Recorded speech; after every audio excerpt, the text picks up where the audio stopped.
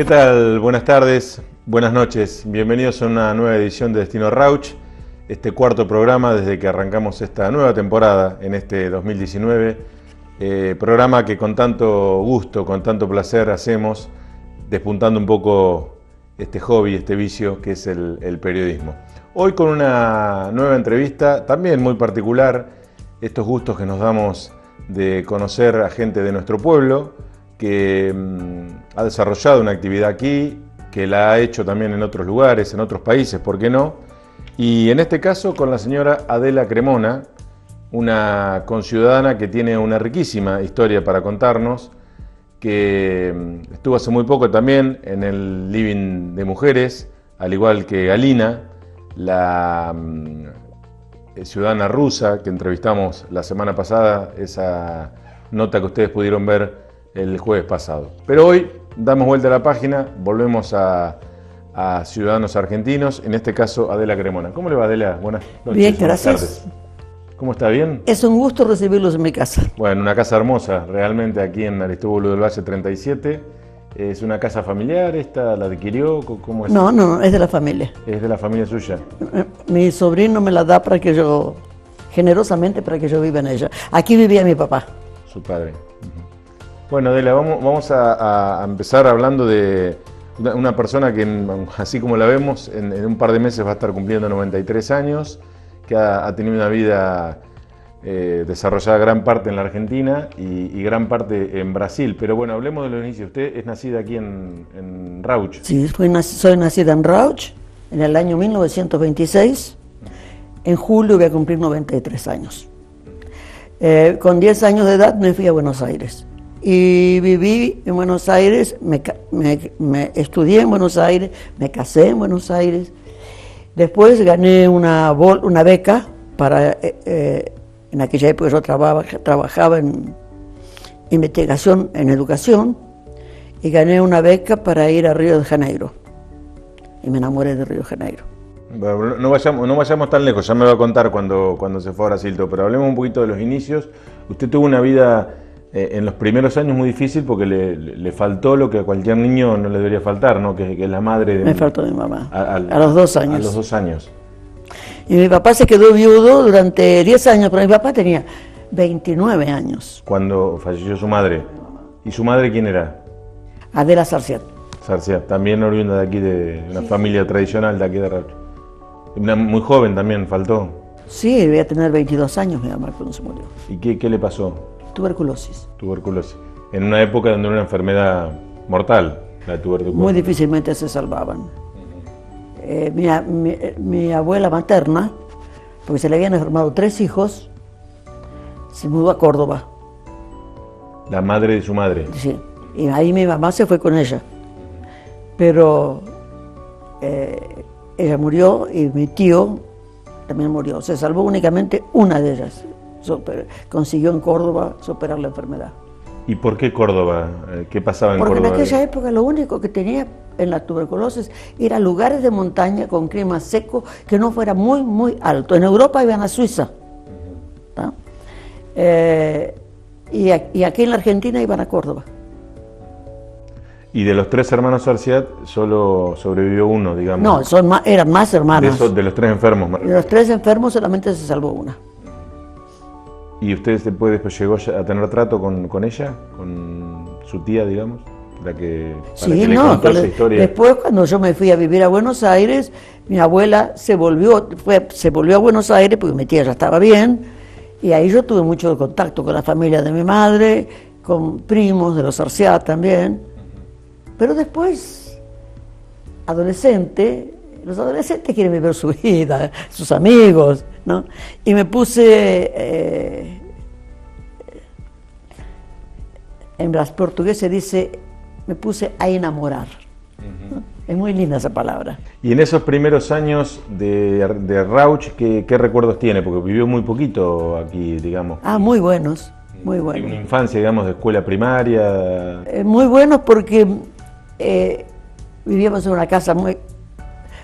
Primero, mi papá vivía en el campo con mis abuelos. Después que se murió, cuando mi mamá se enfermó, y ellos se vinieron a vivir a Rauch, mi papá se vino a vivir en Rauch. ¿De qué trabajaba aquí? Mi papá trabajaba con mi abuelo en el campo. Tenían una estancia aquí, después del balneario, que se llamaba El Desquite, de 1000 hectáreas ahí, ¿no? Preciosa. Ahí yo me quedé sola porque me crió mi abuela materna, que era una persona muy, muy descompensada emocionalmente, ¿no? Entonces mi única referencia era mi abuelo.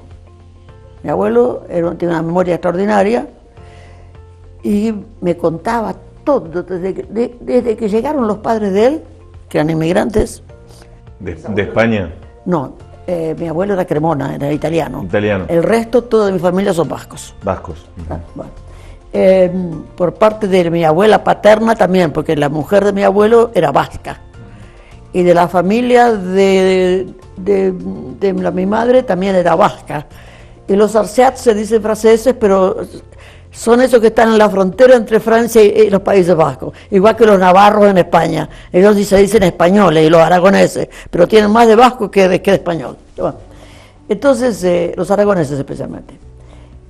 Entonces, nos vinimos al pueblo y me acuerdo que mi abuelo no quería tener casa propia, él alquilaba casa, decía, no, mucho dolor de cabeza, cuando no me gusta me mudo, ¿no?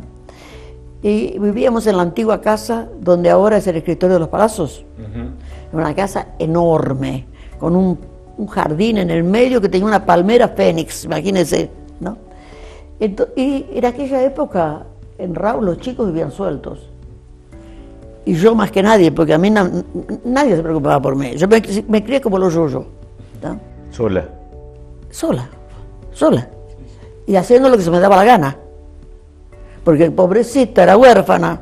Claro. Entonces, al mismo tiempo que no se preocupaban mucho por mí, me dejaban hacer lo que yo quería. Claro. Entonces, yo quería que me contaran cuentos. Y nadie tenía paciencia. Y mi abuelo sabía unos pocos cuentos, de esos de campo, del tigre, del zorro, no sé qué. Pero el repertorio se le acababa. Y entonces yo descubrí, no sé cómo, con 5 años y medio de edad, de que los cuentos estaban en los libros. Entonces yo le dije a mi abuelo, yo quiero ir a la escuela porque quiero aprender a leer. Pero en mi época solamente se podía ir a la escuela con 8 años. Porque se aprendía por método fonético, y el método fonético es un método lógico racional. Es así, si M con A es ma, y M con E es mel, entonces ¿cuánto es M con E? A, mi, pero eso es raciocinio lógico, viene después de los 8 años, ¿está? Entonces no podía ir a la escuela pública no me aceptaba. Entonces mi abuelo habló con las monjas y las monjas me aceptaron. Y aprendí a leer, pero aprendí a leer rapidísimo, en 6 meses. Y ya para fin de año leía, devoraba. Y ahí llegué y le dije a mi papá, bueno, ahora yo no quiero ir a la escuela. ¿Pero por qué? Tanto que quería decir, porque yo quería ir para leer. Ahora yo ya sé leer, la biblioteca está aquí enfrente, ahora yo voy a ir a la biblioteca. Y ahí me devoré todos los libros que era posible. Primero me daba libritos de cuentos para chicos, después me daba literatura juvenil, tipo Dickens, así. Y al final yo no miraba, así, porque pedía 2 libros por día. Entonces, para que se dé una idea, a los 8 años yo leí El Quijote. Y lo entendía. Absolutamente ilustrada. ¿Y cómo se produce la partida hacia Buenos Aires? ¿En qué contexto? Mi abuelo tuvo una angina de pecho, y en aquella época la promedio de vida era 60 y poco, claro. 70. Lo tuvo a los 60 y poco, y los médicos le dijeron que tenía que retirarse, porque si no se iba a morir. Nos fuimos a Buenos Aires, el viejo vivió otros 92 años. Pero claro, no trabajó nunca más, claro. Lo pasaba bien, salía con sus amigos, jugaba a la baraja, a la bocha. Pero ahí se fue con su padre. No, me fui con mis abuelos. Su padre quedó aquí en Rauch. No, porque mi papá, ahí, después de 10 años, mi papá se iba a volver a casar. Se volvió a casar. Y además mi abuela no me largaba, porque mi abuela no había tenido hijas mujeres. Claro, era su hija adoptiva. Era la hija de ella, entonces, pero si le decían que no me podía llevar, pero la vieja simulaba suicidio de 15 en 15 días, entonces lo menos que iba a hacer era suicidarse.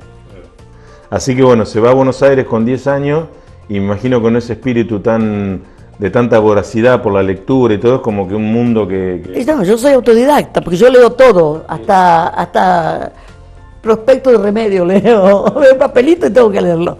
Pero cuando llegué a Buenos Aires, le dije a mi abuelo, este año no voy a la escuela. Perdimos como 3 o 4 meses en un hotel hasta que ellos se consiguieron alquilar y mudarnos, no mudamos a Caballito. Y le dije, yo no, ahora no voy a la escuela. ¿Por qué? Porque yo quiero conocer Buenos Aires. Me compras una bicicleta y yo voy a salir a pasear por Buenos Aires. Y el viejo, acostumbrado en Rauch, ¿no?, me compró la bicicleta. Y yo me iba todos los días en bicicleta a los bosques de Palermo. Cruzaba toda la ciudad. Y lógicamente andaba con chicas mucho mayores que yo, porque a ninguna chica de mi edad, lo máximo que les dejaban hacer era dar vuelta a la manzana por la vereda. Y cuando estaba en Rauch también era libre. Salía, iba a la calle, a la hora de la siesta me escapaba y me iba a caminar por la calle de tierra, con un sol desgraciado, solamente para contestar, nada más. Me venía a la plaza, nos peleábamos con los hijos de doctor Aguerre, ¿no?, y mi primo de Iturralde, ¿no?, nos peleábamos con los chicos del barrio de las Ranas, que estaba allá por el balneario. Era un barrio que se inundaba cuando llovía. Entonces lo llamaban, era un rancherío, lo llamaban el barrio de las Ranas. Entonces hacíamos lucha, hacíamos peleas de tirarnos arena, ¿no?, a ver quién huía primero. Claro. Bueno, y en Buenos Aires, esos primeros años se dedicó a conocerlo, por lo que nos cuenta. No, el primer año no fui a la escuela, andé en bicicleta y conocí Buenos Aires. Después volví a la escuela, pero yo que había comenzado la escuela con 5 años y medio, la terminé con 14, porque fue más, iba, no iba, ya lo que quería. ¿Ah? Y estaban radicados con los abuelos en la zona de... Además no me decían nada porque era excelente alumna, era la mejor alumna del grado. Tanto aquí en Rauch, cuando fui a la escuela número 1, cuando fui a Buenos Aires. Era la mejor alumna, entonces no me podían decir nada. Hacía lo que quería. Siempre fue un espíritu libre. Sí. Estamos conversando con la señora Adela Cremona, quien nos está contando su historia de vida. Tenemos mucho para repasar, todo lo que fue Buenos Aires, después su partida a Río de Janeiro, que seguramente va a ser lo más entretenido. Vamos a hacer la primera pausa y seguimos en esta entretenidísima charla con Adela.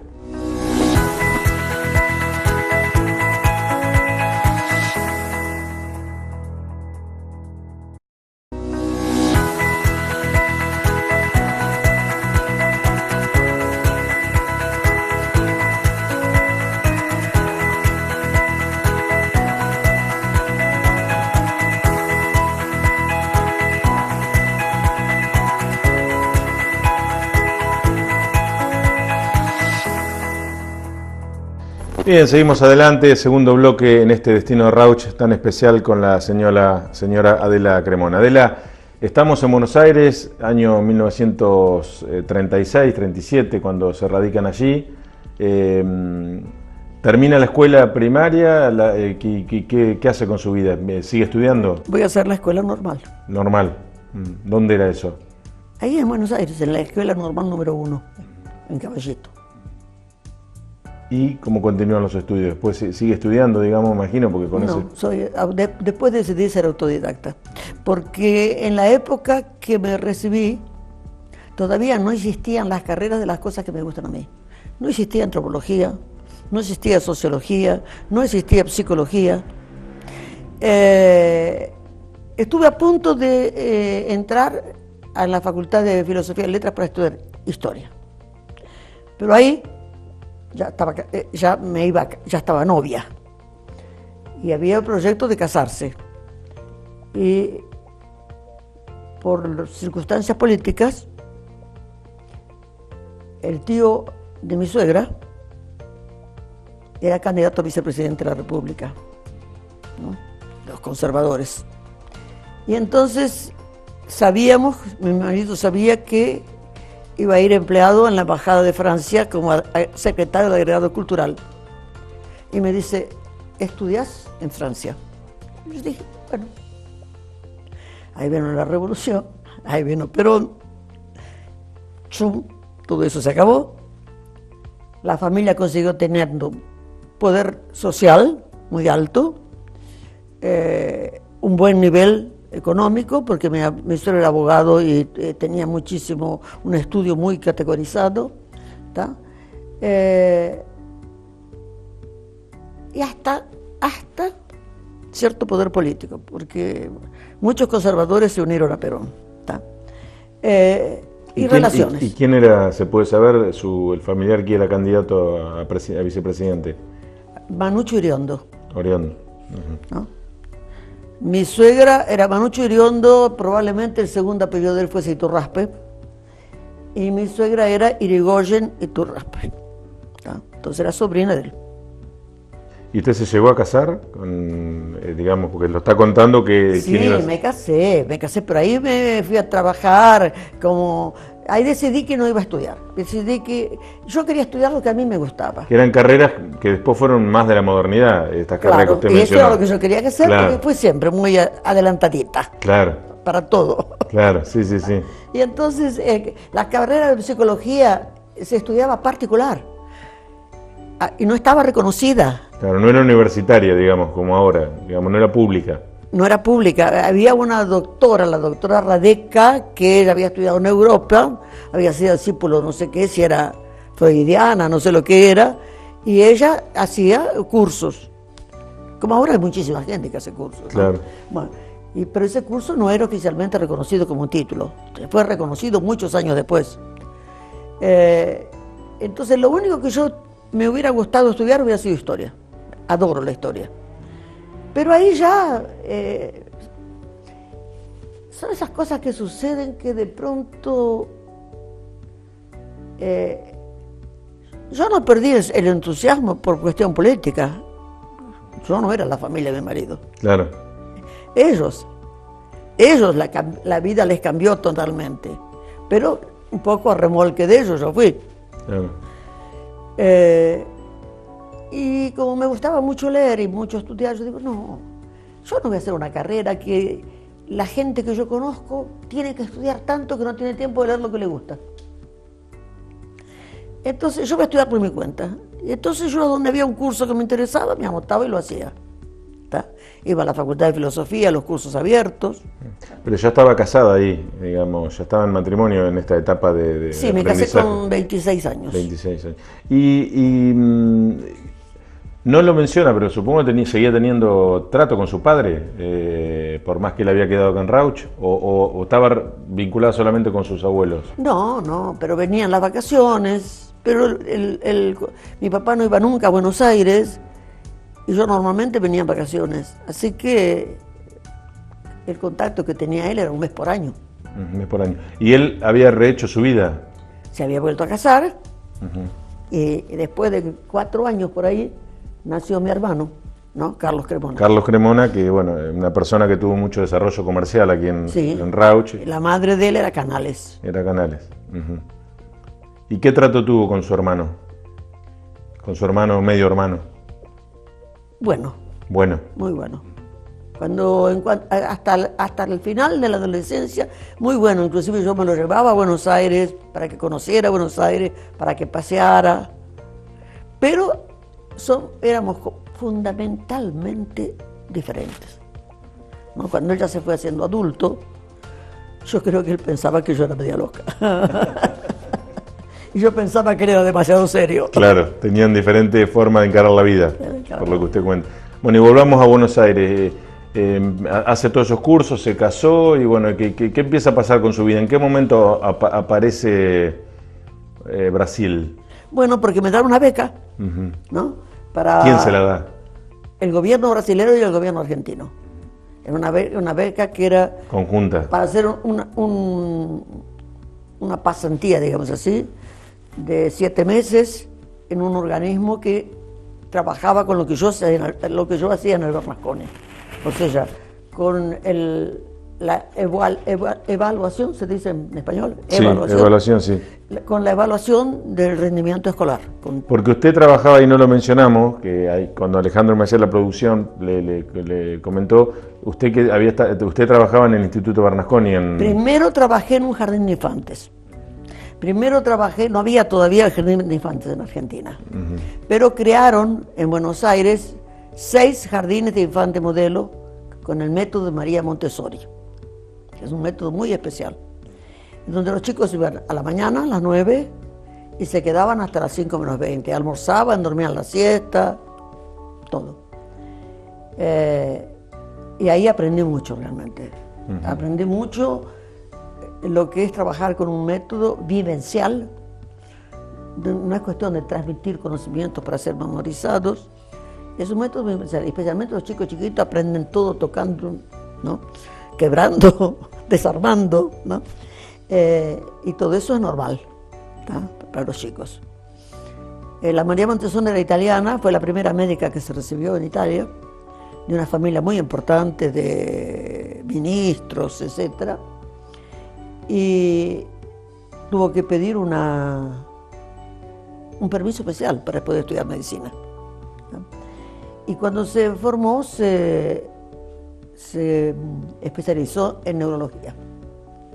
Y comenzó a trabajar con niños que tuviesen problemas, ¿no? Y de pronto ella dice, pero si yo con los que tienen problemas serios, ¿no?, consigo estos resultados, ¿qué es lo que va a hacer con los chicos normales? Normales. Y entonces pidió, como tenía mucha influencia, la familia tenía mucho dinero y demás, a una gente que tenía una gran fábrica donde le trabajaban las mujeres, y en aquella época hacían barrios junto a la fábrica para que las mujeres pudieran trabajar. Y entonces ella pidió una casa, que llamó a Casa dei Bambini, la casa de los niños, y ahí juntaba de 4 a 14 años. ¿Cómo eran las familias en aquella época? Porque tenían 10 hijos. Claro, sí, era los grandes cuidaban de los chiquitos, y él va creando todo un sistema para que los chicos aprendan manipulando, experimentando y con mucha libertad. Entonces, a mí me gustó mucho, porque a mí me gustaba eso me gustaba aprender, me gustaba pesquisar, pero me gustaba poder hacerlo a mi ritmo y que nadie me mandase mucho, ¿no? ¿Y el Instituto Bernasconi? Y ahí, bueno, le voy a contar toda la historia. Ahí el jardín fue cerrado para hacer obras.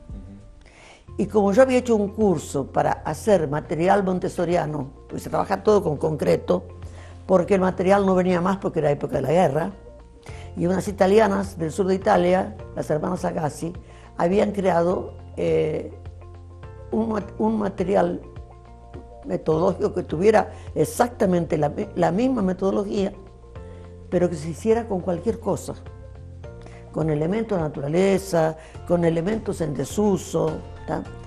Y yo había hecho el curso. Y entonces la directora pidió que yo me quedara en el jardín, en cuanto estaba haciendo la obra, para recuperar todo el material didáctico, que estaba hecho un desastre y no había cómo comprarlo. Claro. Y ahí me quedé, y a mis compañeras las mandaban a hacer suplencia. Pero había 2 que tenían mucha influencia política. Y entonces me denunciaron por favoritismo. Y un día yo estaba, hacía también los telones para el teatro de títeres, hacía los títeres, hacía todo. Estaba trabajando, estaba pintando, y eran las 5 menos cuarto más o menos, y el jardín cerraba a 4:20. Y me llega una señora con una pinta, pero más elegante, pero no solamente porque era elegante, es que usted se daba cuenta cuando ella entraba que ella era alguien, porque el porte con que entraba. Me dice, ¿la señora directora? Le digo, ya se retiró. ¿Cómo? Si todavía no son las 5. Le digo, esto es jardín de infantes, señora. Aquí cierra a las 4:20. ¿Y entonces qué está haciendo usted aquí? Pero le llamó la atención. Y yo le digo, yo estoy aquí porque la directora decidió que me quede en la escuela para recuperar el material didáctico. Estaba con el portero, trabajaba junto con el portero, que me ayudaba. Y me dice, bueno, pues se podía haber ido a las 4:20. Le digo, no, porque mire, estoy pintando esto. Para ir a las 4:20 tengo que lavar los pinceles, largar todo. Me quedo hasta las 5 menos 10, termino todo, después Herminio aquí me lava los pinceles y yo me voy al cine con mi marido, ¿no? Me miró. Y yo había salido el primer tomo del libro de Toynbee sobre la historia. Tratado de Historia, el primer tomo. Recién salido y con un suceso, así un renombre tremendo. Ella mira y me dice, ¿ese libro es suyo? Sí. ¿Le gusta leer? Sí, mucho. ¿Y qué le parece Toynbee? Me parece fantástico. Es un poco religioso para mi gusto, pero me parece fantástico. Me dice, bueno, cuando llegué aquí yo tenía un problema muy serio. Pero ahora no lo tengo más. Porque había recibido una comunicación del Consejo Nacional de Educación, porque en aquella época era el Consejo el que hacía la escuela primaria, de que tenía que elegir el mejor profesor de mi distrito para mandarlo a hacer un curso en Bernasconi. ¿Cómo que yo voy a descubrir cuál es el mejor? Y me dan una semana para saber cuál es el mejor profesor del distrito. Claro. Y la otra orden que yo tenía, que me vino de arriba, es de que usted tenía que volar de aquí, porque estaba aquí por favoritismo. Bueno, ahora yo me di cuenta que usted no está por favoritismo, que usted está trabajando y que usted es la mejor profesora de mi región. Entonces, usted se va a presentar en el Instituto Bernasconi la semana que viene, le voy a mandar el papel y usted va a pasar a trabajar en el Instituto Bernasconi. O sea que resolvió las dos cosas de un... Las dos cosas, y resolvió mi vida. Resolvió su vida. Porque fui a trabajar en un gabinete de investigaciones con el director era un economista que quería hacer encontrar un cociente socioeconómico para comparar con el cociente intelectual y ver si había influencia en el aprovechamiento o no escolar. Y gente con otra cabeza, no eran profesores de carrera, entonces es gente con una libertad increíble y una responsabilidad increíble. Entonces nos daban temas para ir a las bibliotecas, para hacer entrevistas, para visitar familias, y teníamos después, a cada una le daban una carpeta, y después teníamos 3 meses para presentar el trabajo. Yo lo hacía en un mes. Ahora vamos a llegar a... Y después paseaba. Aprovechado. Vamos a hablar ahora en un ratito nada más de lo que es el arribo a Río de Janeiro, esta beca de 7 meses, como contaba, que terminó siendo una vida, por lo que sabemos.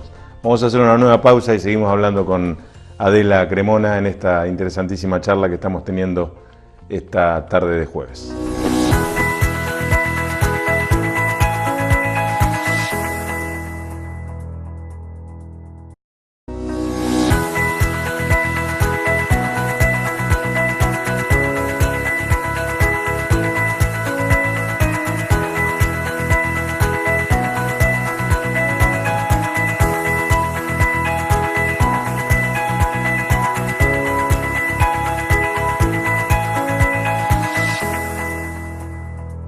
Muy bien, seguimos adelante charlando con Adela Cremona, estamos en su casa, en su vivienda, nos ha recibido, la estamos pasando muy bien. Adela, ¿cómo aparece Río de Janeiro? Nos contó que le dieron una beca de 7 meses y finalmente fue una vida en Brasil. Y yo me enamoré de Río. En Río era la beca. Me enamoré. Yo cumplía la beca, llegaba allá a las 11 de la mañana y a las 3 me venía corriendo para Copacabana, que estaba morando en Copacabana, aquella época era el mejor lugar que había en Río, para ir a la playa. Es decir, me podía despertar de mañana, desayunar, vestir, tranquila, ir a trabajar, salir del trabajo, irme a la playa. Es inacreditable, no lo podía creer. Además me parecía que estaba siendo tremendamente irresponsable, que yo veía que todo el mundo hacía eso, entonces no podía desentonar mucho del resto, ¿no? Pero me parecía que eso estaba mal, que tenía que quedar en el trabajo por lo menos hasta las 6 de la tarde, ¿no? Usted se fue en el año 60 más o menos, por la cuenta que estamos sacando. En el 61, 62. En el 62 con la beca. En ese sentido, sí. ¿Y qué había pasado con su marido? Porque en toda esta historia estaba casada. Me fui. ¿Se fue? Me fui. Le digo, yo gané una beca y me voy. ¿Está? ¿Lo consultó o le avisó que se iba? Y mi marido dice, bueno, entonces él tenía un hermano que estaba en el consulado en Estados Unidos. Y me dice, entonces yo me voy a pasar una temporada allá. Y bueno, él se fue para allá. ¿Para Estados Unidos? Para Estados Unidos, a no hacer nada, no hacer nada. Que tampoco era mucho era abogado mi marido, pero no le interesaba la profesión. No trabajaba mucho, digamos. No, es que no es una cuestión de no trabajar. Es una situación de que de pronto él tenía una vida hecha con un esquema y de pronto vino una revolución y eso se desmoronó. Claro. Y parecía como que él no sabía reconstruirlo en otro contexto. Claro. Y como no, al contexto anterior era irreversible, entonces era un desinterés por todo. ¿Tá? Y usted nos decía antes de salir al aire que tuvo que hacer un cambio drástico de su vida porque culturalmente, socialmente, digamos, ustedes eran de una clase alta, digamos, en Buenos Aires.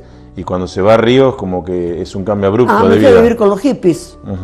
Porque primero cuando fui con la beca vivía en Copacabana, alquilé un departamento y vivía bien, vivía con unas amigas, pero después cuando yo decidí que yo me iba a quedar allá, tenía que volver porque tenía que pagar la beca con informe, que nunca nadie me pidió.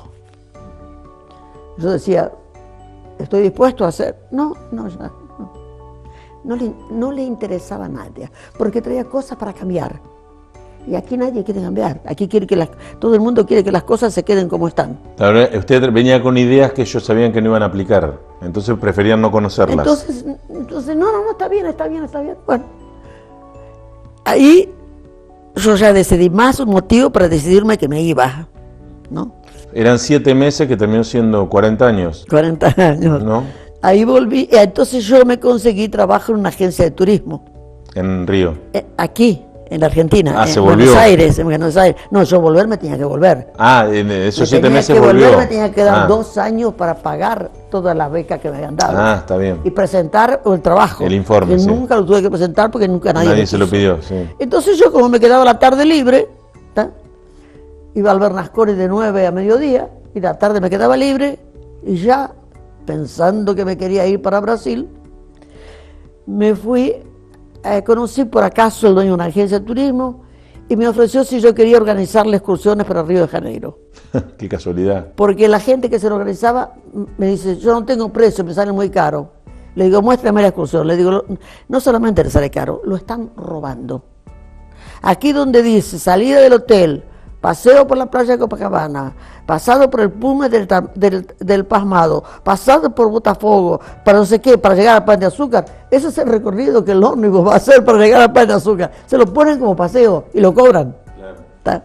Bueno, y entonces me pidió si quería trabajar con él. Así que de tarde yo iba de 3 a 6 y estaba organizando las excursiones.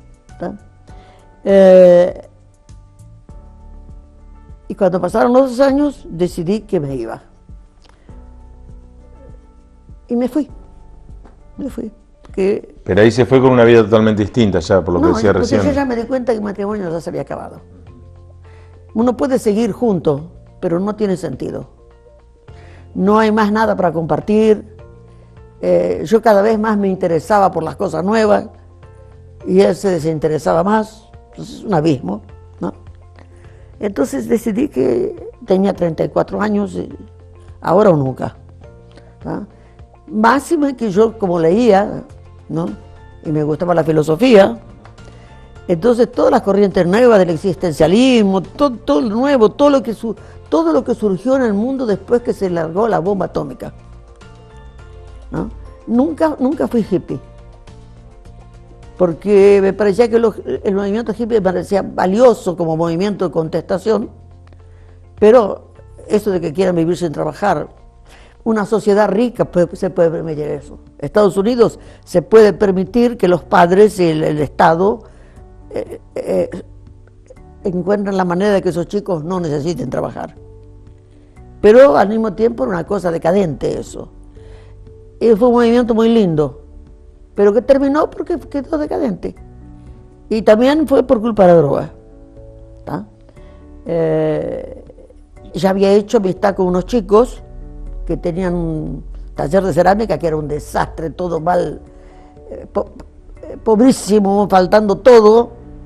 Entonces yo les dije, yo puedo poner un poco de dinero y hacemos un gran taller. Bueno, y entonces fui a trabajar. Y vivía en el taller, tenía un colchón en el suelo y vivía en el taller. ¿Tá? Y me fue, en poco tiempo me fue muy bien. Haciendo cerámica. Cerámica. ¿Y qué tipo de trabajo hacías, por ejemplo? Primero hacía unos trabajos grandes, así, unos objetos que, como si fuesen unos jarrones, alguna cosa así, más tirando para escultura que para utilitario, y se vendía muy bien. Y después también hacía cosas chicas, ¿no? Y empecé a hacer un tipo de loza de barro, porque era la época hippie, todo se usaba, todo, barro, madera, se usar damajuanas para hacer lámparas, vasos de vidrio cortado para hacer, para tomar, todo era así, era la opción por la pobreza. Bueno, entonces, unos platos grandes así, de barro de teja, color colorado, ¿no? Esmaltado por dentro para que si no el barro chupa toda la sociedad. Y del lado de atrás con una pátina de óxidos y demás. Vendía como agua. Y eso no lo hacía yo. Yo iba a donde estaban los alfareros y daba el modelo, ellos me lo hacían en el torno y compraba por mayor. ¿Y retomó en algún momento una vida sentimental allá en Brasil o siguió siendo...? Sí, tuve una pareja, artista, y muy curioso. Yo, cuando fui a Brasil a vivir así, al principio comía una vez por día, porque toda la plata que tenía la ponía en el taller. Claro. Y yo dije, sí, nunca más me voy a poner en pareja con un hombre que sea de familia tradicional. Porque mi abuelo me lo había avisado. ¿Te vas a casar? Yo digo, sí. Sí, es un buen muchacho. Pero no sé cuánto tiempo vas a aguantar. 4 años, 5 años, más no. Digo, ¿pero por qué? Porque él es un nene de mamá y vos sos una mujer. ¿Ah? Le había advertido eso. Y bueno, ¿y qué pasó? Se volvió a poner en pareja, pero con otro igual. Era igual también el artista. Pensé que era un hippie. Y era un aristócrata. Y hasta que fui pernambucano, hasta que yo fui a Recife, ¿tá? Él estaba haciendo un trabajo de escultor, estaba haciendo unos trabajos allá, y me convidó para ir a conocer Recife y conocer todo el sertón, el interior del famoso sertón brasilero. Y tenía una amiga que estaba hospitalizada, y le dije, ¿me llevas al hospital? Sí. Le digo, en tal lado, sí, ya conozco. Bueno, ahí paramos el auto, era un pasaje. Entonces me decía, no, vamos a parar el auto aquí en la calle porque ahí ya no puedo entrar. Y en el momento que está estacionando el auto, yo miro y veo una casa colonial, claro, con palmeras imperiales. Las casas que tienen palmeras imperiales son aquellas palmeras altísimas, que tienen avenida de palmeras imperiales, es donde vivía la aristocracia. Claro, y se dio cuenta. Que comenzaba en la calle y terminaba en el río, con un embarcadero, y tenía como 30 metros de frente, una casa colonial preciosa que abajo tenía senzala, o sea, medio sótano y medio con ventanas, que era donde vivían los esclavos. Y yo decía así, pero mirá qué casa, qué cosa tan linda, qué suerte que no la han derrubado. Y no me daba pelota. Claro, no me robó ir a ellos. Mírala. Y me dice, Adela, yo la conozco. No, María, me decía, María, yo la conozco, es la casa de mi abuela. Otra vez lo mismo. De vuelta. Extraño esas cosas de la vida, ¿no? El destino, ¿no? Yo no creo que sea el destino, yo creo que son atractores. Claro. Cosas que atraen, claro. Era hippie, al principio no tenía un mango, después como escultor trabajaba muy bien y ganaba mucho dinero. Al final hacíamos murales, integrados en la arquitectura, ganamos muchísimo dinero. Trabajábamos los dos con eso. Pero era así, ultra super fino, ultra super educado. Y yo creo que eso fue lo que me impresionó. 92 años tiene Adela y tiene una memoria que realmente genera envidia. Uno con bastantes años menos realmente no tengo ni la mitad de su memoria, Adela. Vamos a hacer una nueva pausa y vamos a seguir conversando con Adela. Nos tiene que contar cuando vuelve a la Argentina. Estuvo unos años en Buenos Aires y finalmente no hace tanto se radica nuevamente en, supongo yo, su querido Rauch. Ahora nos va a contar también eso. Hacemos la pausa y seguimos.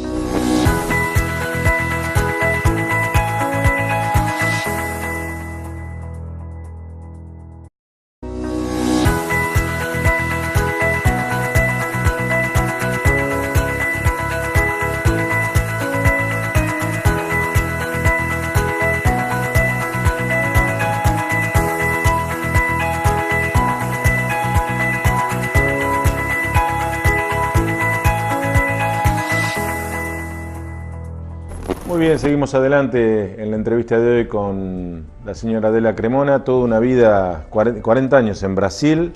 ¿Y por qué decide regresar a Buenos Aires en este caso? Bueno, yo había puesto una fecha, en el año 2000 me vuelvo, tenía 74 años.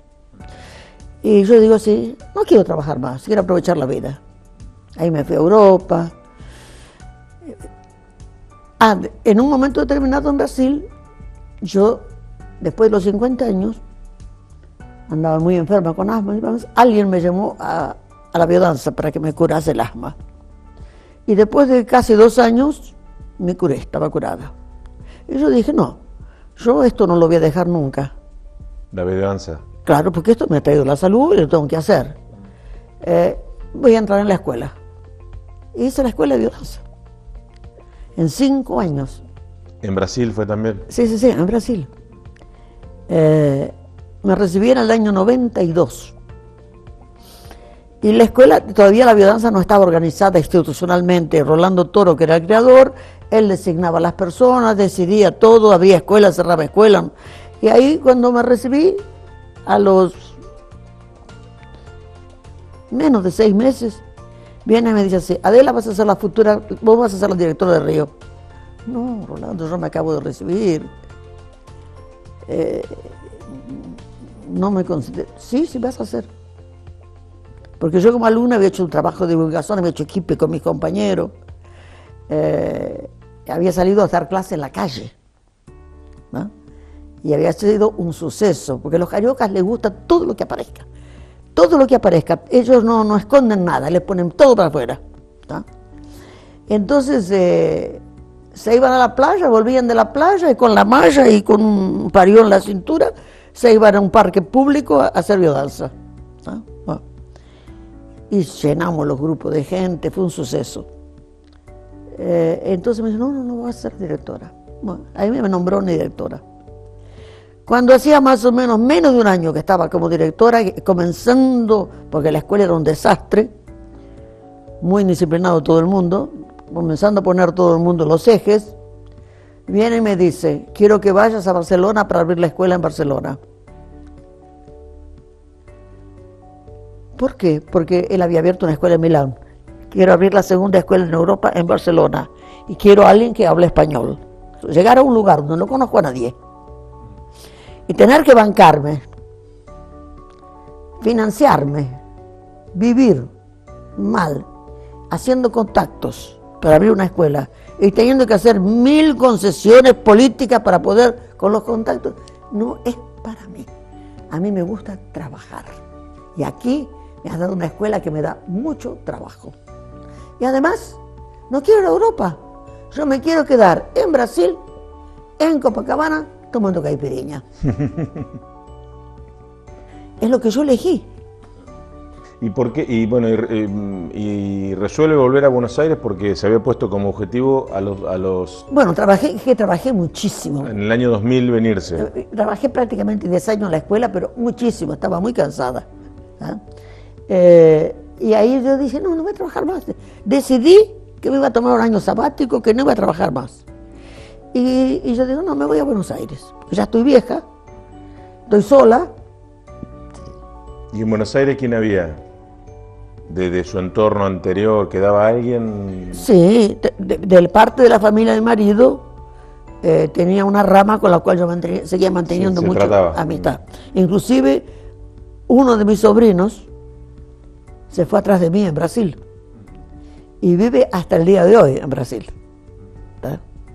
Así, y somos muy amigos. No Sobrinos somos, por parte él es Irigoyen también. de su marido. Él es Daniel Irigoyen, Está bien. mi sobrino. Y somos amigos, no somos tía y sobrino, somos amigos. ¿Tá? Trabajamos juntos, yo lo inicié en trabajar con cerámica, después trabajar con acrílico y con poliéster, y él hoy en día tiene una industria de acrílico. Y usted vuelve a Buenos Aires un año sabático y se Y queda. me voy a Europa. Me voy porque Rolando Toro estaba en Europa, me voy a hacer cursos en Europa, me fui a hacer un curso de especialización sobre una materia que se llama el Minotauro, en la isla de Creta, que fue, según el mito, la tierra de Minotauro. Y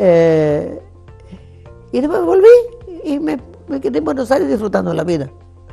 Yo tenía una pequeña renta, ¿tá? Con el dinero que había ganado en Brasil me había comprado un departamento en Recoleta, que se vivía bien. Y empecé, después de un año, comencé a dar supervisión para profesores en mi casa. Ahí en Recoleta.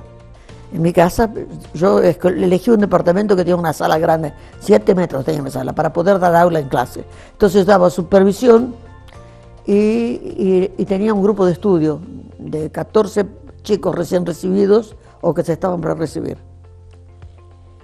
Y con eso vivía bien. Me agarró un corralito, perdí un departamento que tenía a 100 metros de la Avenida Libertador. ¿Tá?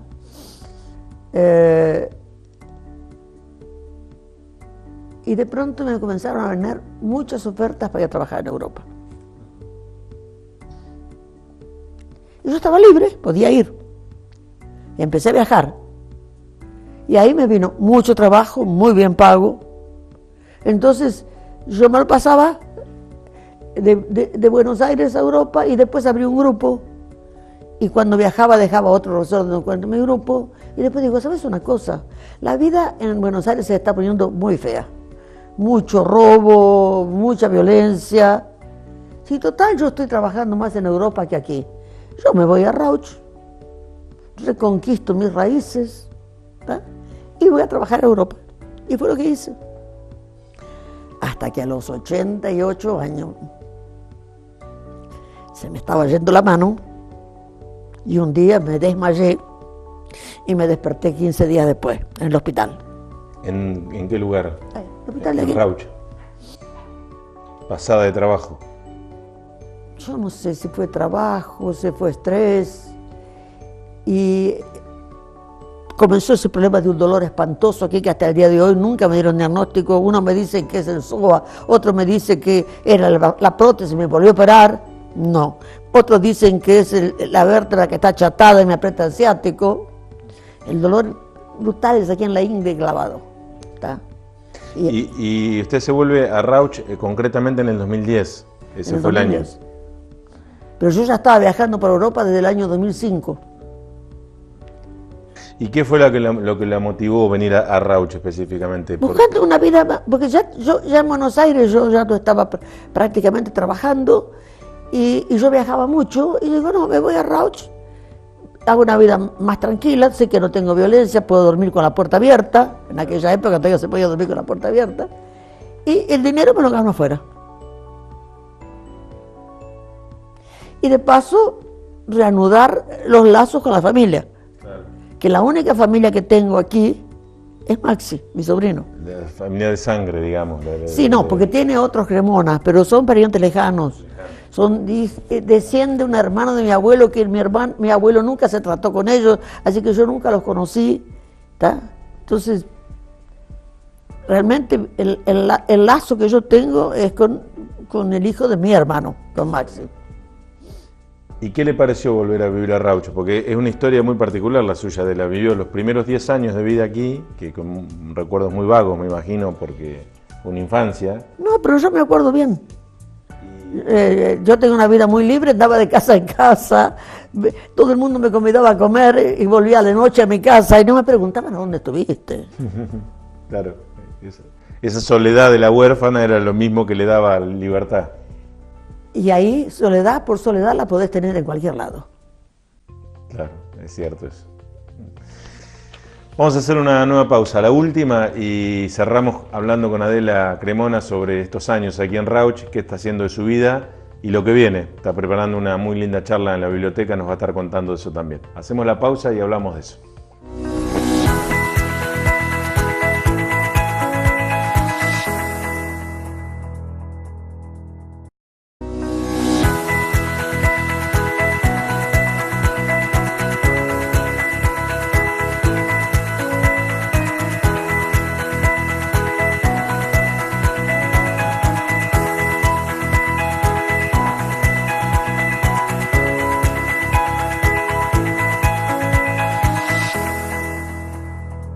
Bien, último bloque de este Destino Rauch tan especial aquí en la casa de Adela Cremona, contándonos en esta vivienda que seguramente es de las primeras o de las más antiguas de Rauch. Aquí vivió su padre, Daniel Cremona, y bueno, aquí estamos realizando la entrevista. Bueno, ¿y qué de su vida en estos años, en estos días? Una mujer muy activa, recién nos contaba, hablando de una luz que es la que utiliza para el ordenador, trabaja con la computadora. ¿En qué específicamente? ¿Trabaja con las redes sociales? No. Redes, Face, no tengo tiempo. Yo estudio y preparo mis clases. Y contesto correo. Correo sí. Pero las redes no me interesan. Y las cámaras que mandan, no, por favor. ¿Y las clases de qué preparan? Las clases que doy afuera de videodanza. De videodanza. Yo trabajo en las escuelas de profesores. Yo no puedo bailar más, pero yo doy aula teórica muy bien. Aula teórica. Así, entonces me llaman primero porque debo ser probablemente la profesora más vieja que está en actividad. Seguramente. No, tiene la profesora de San Paulo, la directora de la Escuela de San Paulo, pero creo que ella ya no viaja más ni nada.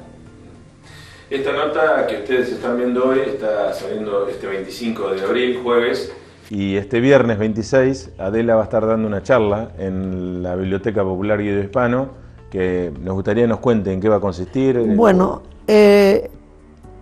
yo di el año pasado un curso que se llamó La Biología del Amor.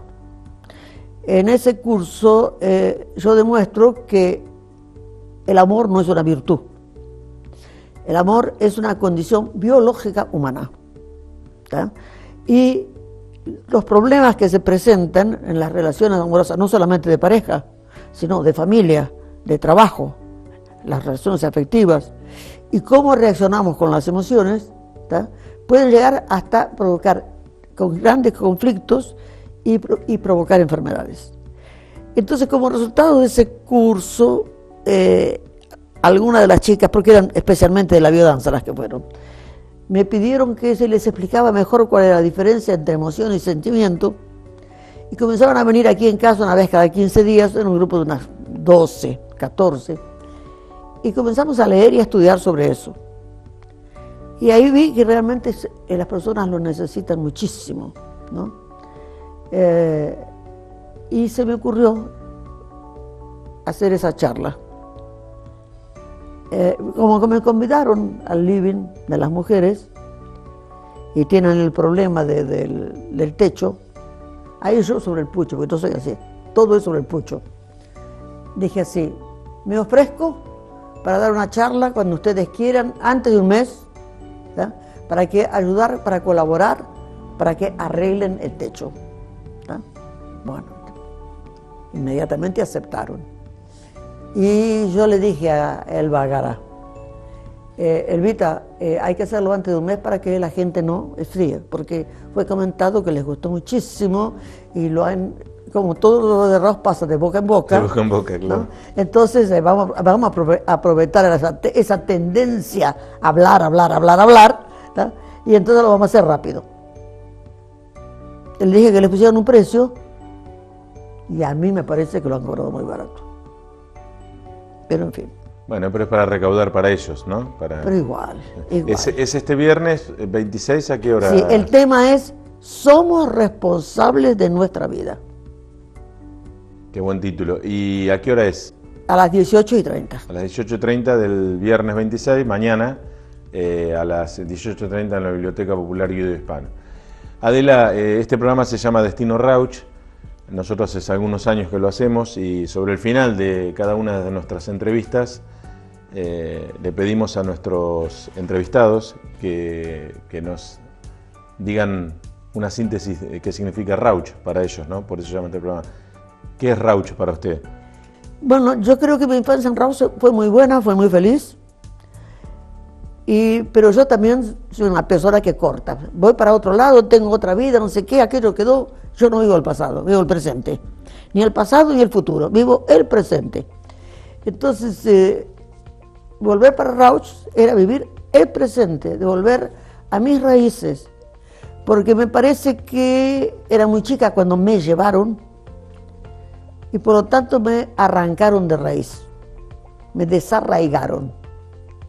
Y uno no puede perder las raíces. Entonces, uno de los motivos por el cual quise volver fue para poder establecer mis raíces, ¿no? Y me nutrir con mis raíces de esto. Y parece que está dando un resultado porque, mirá, no me muero.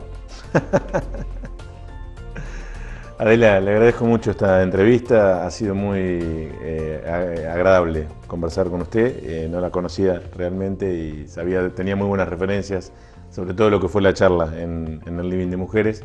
Así que bueno, mucha suerte este viernes en la charla. Gracias, que tengamos mucha suerte porque la biblioteca está necesitando ese techo urgente. Muy bien. Y a ustedes renovarles la invitación como cada jueves con una nueva entrevista aquí en este Destino Rauch que tan pasionalmente hacemos todas las semanas. Será hasta entonces. Jamás imaginé vivir así, tu amor es más